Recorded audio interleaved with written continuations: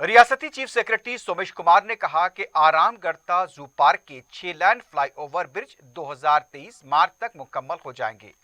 Bahadurpura flyover bridge जारिया साल मार्च में मुकम्मल होगा। चारशंबे को रियासती चीफ सेक्रेटरी ने महकमे बलदी नजमनस के सेक्रेटरी अरविंद कुमार, कमिश्नर बल्दिया लोकेश कुमार और दीगर ओहदेदारों के हमरा बहादुरपुरा फ्लाईओवर ब्रिज के कामों का जायजा लिया। इसके अलावा आरामगढ़ जू पार्क के ब्रिज के कामों की पेशरफ्त का भी जायजा लिया गया। सोमेश कुमार ने कहा कि 59 करोड़ रुपए की लागत से तैयार हो रहे बहादुरपुरा ब्रिज के काम जारिया साल मार्च में मुकम्मल हो जाएंगे। Aramghar zoo park flyover bridge के लिए 163 जायदादों का हुसूल बाकी है, जिसकी वजह से कामों में रुकावट पैदा हो रही है।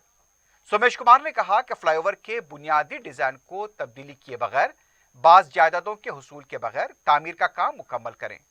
तामीरी कामों के दौरान रुकावट को दूर करने के लिए बरकी, आबरसानी और दीगर महकमों से तालमेल करते हुए काम करें। इस दौरे के दौरान चारमीनार जोनल कमिश्नर अशोक सम्राट और दूसरे भी मौजूद थे। सदर मजलिस रुकन पार्लियामेंट बैरिस्टर असदुद्दीन ओवैसी की शख्सी दिलचस्पी और नुमाइंदगी पर बहादुरपुरा आरामगढ़ फ्लाईओवर्स व ब्रिजेस की तामीर शुरू की गई है।